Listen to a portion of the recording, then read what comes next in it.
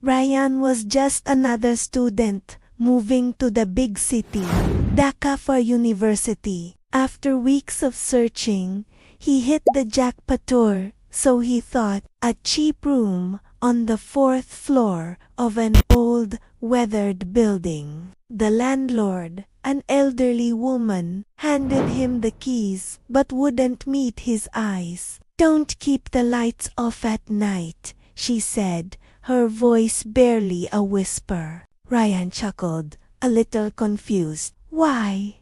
She didn't answer.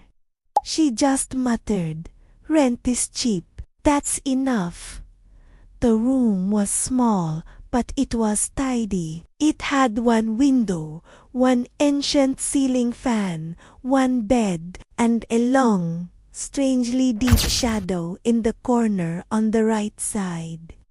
It was bizarre. Even with the afternoon sun pouring in, that corner stayed dim, almost like it was drinking the light. Ryan shrugged it off. He was just happy to have a place. That was his first mistake. The first night, sleep wouldn't come. The room was colder than it should have been, and the fan made a steady, irritating clicking sound. Click, click, click.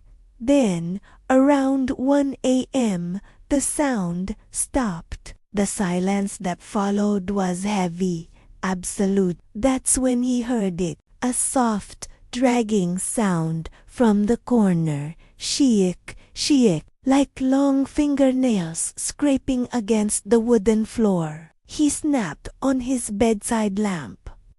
Nothing.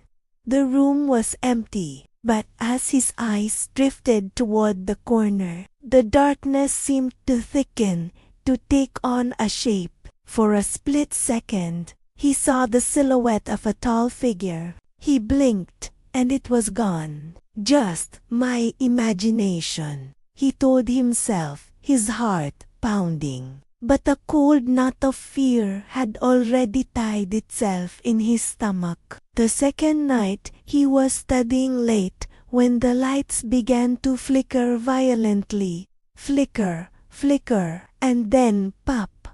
Total darkness. Ryan scrambled for his phone, switching on the flashlight. The narrow beam cut through the blackness, scanning the room.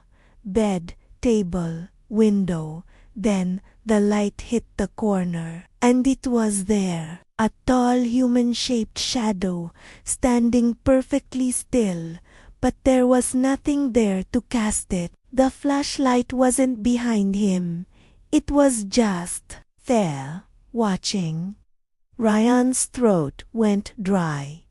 He took a hesitant step forward. The shadow moved. It stretched its form, elongating, growing taller and taller until its head touched the ceiling. Then a low whisper echoed, not in the room, but inside his own mind. "You see me?"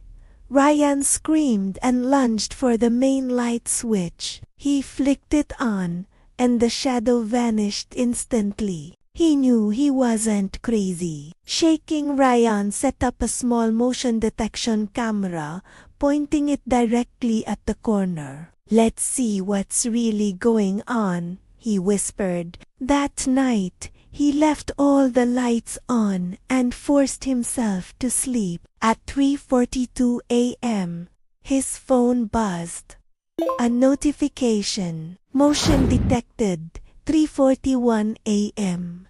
File attached. With trembling hands, Ryan opened the video. For the first few seconds, nothing. Then, slowly, the shadow in the corner began to form, to grow. It stretched its thin, wispy arms out toward his bed. In the final seconds of the clip, the shadow leaned impossibly close to the camera lens. A distorted whisper hissed through the phone speaker. "Don't look at me." The screen dissolved into static. Ryan dropped his phone in sheer terror. The next morning, a neighbor, a quiet man in his 40s, named Arif, stopped him in the hallway. "You're the one living in that room?" Ryan just nodded, his face pale. Arif let out a heavy sigh. That room. It wasn't supposed to be rented out. Someone died in there. Ryan froze. Who? A man named Musa, Arif explained. Lived alone. One night, people heard him crying, banging on the door. By the time they broke it open, Arif paused, looking away. He was gone. Just vanished.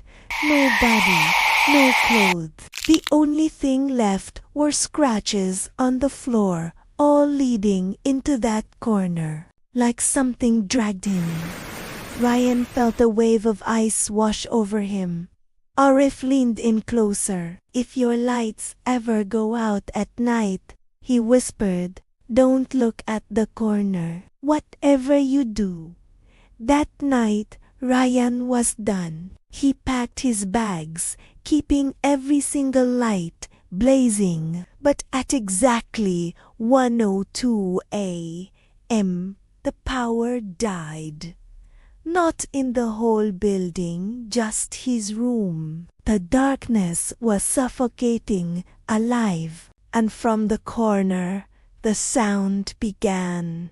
Shock, shock. The sound of something being dragged closer and closer. A cold voice whispered right next to his ear, you kept looking at me. He scrambled backward, slamming into the wall. He fumbled for the doorknob, desperate to escape, but it wouldn't budge. It felt like it was glued shut. The whisper grew louder, more intimate.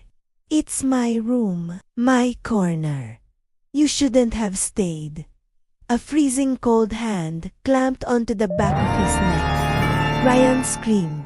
The next morning, neighbors found the door to the room slightly ajar. Inside, it was chaos. The bed was overturned. The walls were covered in deep scratches, and every single one of Ryan's belongings was gone. He was gone. Except for one thing. Scratched deep into the wooden floorboards, right in that dark corner, were new words. I'm standing in the corner now. The landlord never rented that room again. But some say, on quiet nights, if you listen closely around 1 a.m., you can still hear it.